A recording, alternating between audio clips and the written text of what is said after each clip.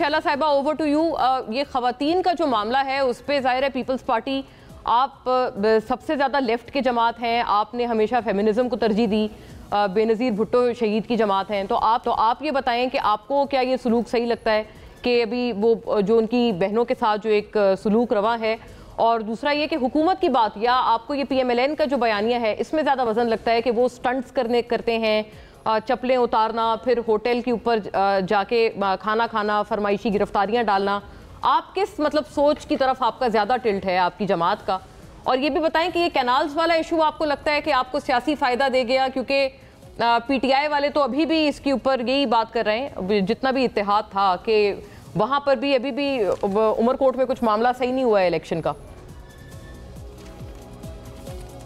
बहुत शुक्रिया आपका। पहली बात तो यह है कि मैं दोनों की तवील तरीन गुफ्तगू सुन रही थी और आपके हौसले को दाद दे रही थी, तो नईम पंजोथा साहब ये भूल गए कि जरदारी साहब जब गिरफ्तार हुए थे तो आसिफा बीबी तक को मिलने नहीं दिया गया था, और आज इन्हें ह्यूमन राइट्स की वायलेशन बहुत याद आ रही है। सीनियर सिटीजन है फरियाल टालपुर साहिबा, चांद रात को जबकि वो दाखिल थी नैब ने कहा था कि बीमार है और नैब ने दाखिल कराया था उन्हें हॉस्पिटल में, और चांद रात को 12 बजे के वक्त उनको या उसके बाद घसीटते हुए जेल ले गए थे। तो अच्छी नहीं लगती इनके लिए इनके मुंह से ह्यूमन राइट्स की बात। दूसरी बात यह है कि एक ऐसी पार्टी जिसमें बाहर आके वकला तक जो हैं, कोई फैसल चौधरी को निकाल रहा है, कोई फवाद चौधरी को निकाल रहा है, कुछ खवातीन जो हैं वो मेहरबानों से लड़ रही हैं, कुछ खवातीन जो हैं वो फवाद चौधरी की बीवी से लड़ रही हैं, कुछ लोग जो हैं वो मरवा साहब को निकाल के खुश हैं, कुछ लोग उन्हें अभी तक अपनाना चाहते हैं, कुछ लोग जो हैं वो कहते हैं कि सेक्रेटरी जनरल की लिस्ट में जो एक कमेटी थी, सेक्रेटरी जनरल की एक लिस्ट थी कि ये लड़े थे, उन्हीं में से सेक्रेटरी जनरल बनता है। लेकिन जिस वजह से इनकी पार्टी को बल्ला नहीं मिला था, अब फिर वही मामला है कि जिसका नाम भी सेक्रेटरी जनरल में नहीं था, सलमान अकरम राजा, वो उसमें कभी उनसे कोई एक बहन खुश नहीं होती, कभी कोई अंदर वाला खुश नहीं होता। एक आदमी कहता है कि मैं बातचीत कर रहा था, जब उनसे सिक्योरिटी के लिए बात की जाती है तो वो लोगों को ये एहसास दिलाते हैं बैरिस्टर गौहर कि हमारी तो बातचीत चल रही है। कितनी दफा इन्हीं की पार्टी के अंदर से आता है कि बैकडोर तो राब्ते हैं, फिर जब ऊपर से तरदीद होती है कि नहीं जी हमने तो सिक्योरिटी की बात की थी, तो कहा हाँ सिक्योरिटी की बात हो रही थी। तो कभी कहा जाता है कि खान साहब कहते हैं कि बिल्कुल आप एस्टेब्लिशमेंट से बातचीत करें। जहां तक बात है कि मुल्क के लिए बात करना, तो जवाब वजीर आजम थे, जब भी आप मुल्क की सिक्योरिटी की मीटिंग में नहीं बैठते थे तो मुल्क की मफाद की क्या बात करेंगे। जब आपको हटाया गया तो आपने कहा कि हमें तो मालूम था कि हमें हटाया जा रहा है, तो हमने मईशत पे बारूदी सुरंगें बांध दी, तो आप लोग क्या मुल्क की मफाद की बात करेंगे। जब आप लोग से कहा जा रहा था कि जो है वो आज मेरी एक बात याद रखिएगा, शहीद जुल्फकार अली भुट्टो ने अपनी किताब में लिखा था कि जिस दिन मुझे कब्र में उतारा जाएगा उस दिन ये फैसला होगा कि इस मुल्क में सियासत सिर्फ एंटी भुट्टो और प्रो भुट्टो होगी। तो दिल्ली सिंध में हैदराबाद से जब भी कराची के बाद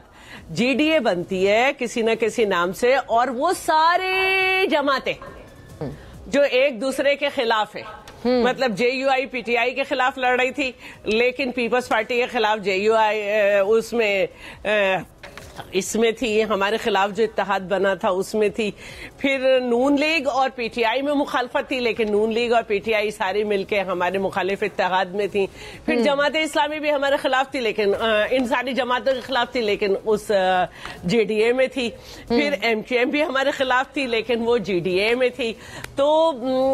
जब पीपल्स पार्टी का मुकाबला करना होता है तो सारी जमातें हो जाती हैं, तो पहले भी GDA में सारी जमातें थी, और ये जो मालही है इन्होंने 38,000 से ज्यादा वोट लिए थे। नून लीग और नून लीग के बंदे ने 44,000 वोट लिए थे। अब इन दोनों को मिला लें तो इनका जमा जो इन दोनों का आता है वो उसके बराबर वोट नहीं है, और फिर बाकी लोगों का जो इन्होंने दावा किया था। अब मैं एक बात कहना चाहती हूँ, जो हमारा वोटर है उसको ये मालूम है कि यूसुफ तालपुर मरहूम और अकील भी इसकी गवाही देंगे, वो इलेक्ट्रिक चेयर पे आते थे और उनको चेयर पे लाया जाता था, उनकी टांगे इतनी कमजोर हो गई थी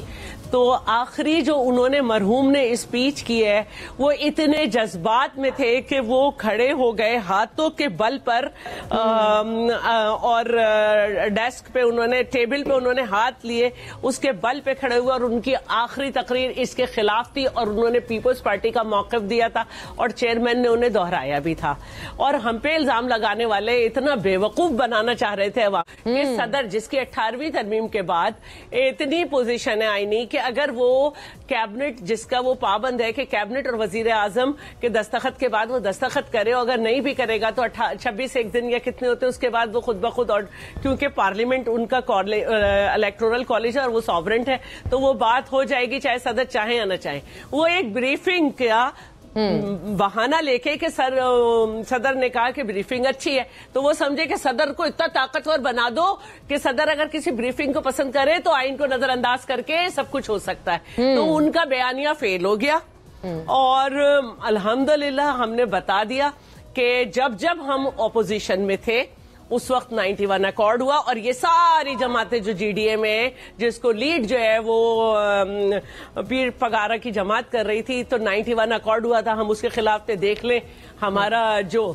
ٹرسٹ لیول تھا وہ صحیح تھا اس پہ عمل نہیں ہوتا. جب ہم اپوزیشن میں تھے تو ارسا بنی ہم اس کے مخالف تھے اور آپ دیکھ لیں کہ ارسا میں ریگولیٹری سسٹم تھا چیئرمین شپ کا جیسے ہی سندھ کی باری آتی تھی ہنگامہ ہو جاتا تھا. اور ہم ایک بات بہت ضروری اس میں یہ ہے کہ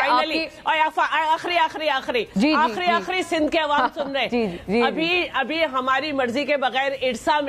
ارسا کے ہیڈ کو بیوروکریسی سے لیا گیا جو ظاہر سندھ کے خلاف رہا اور صرف ارسا میں ہمارے بندے کا ووٹ اگینسٹ دا کینال تھا. باقی دوسرے کے پی والوں نے بھی اس کے حمایت میں ووٹ دیا تھا. اب آ جاتے ہیں مخالفت کرنے. تو الحمدللہ ہم نے یہ بتا دیا کہ سندھ کے عوام کو معلوم ہے کہ ہمارے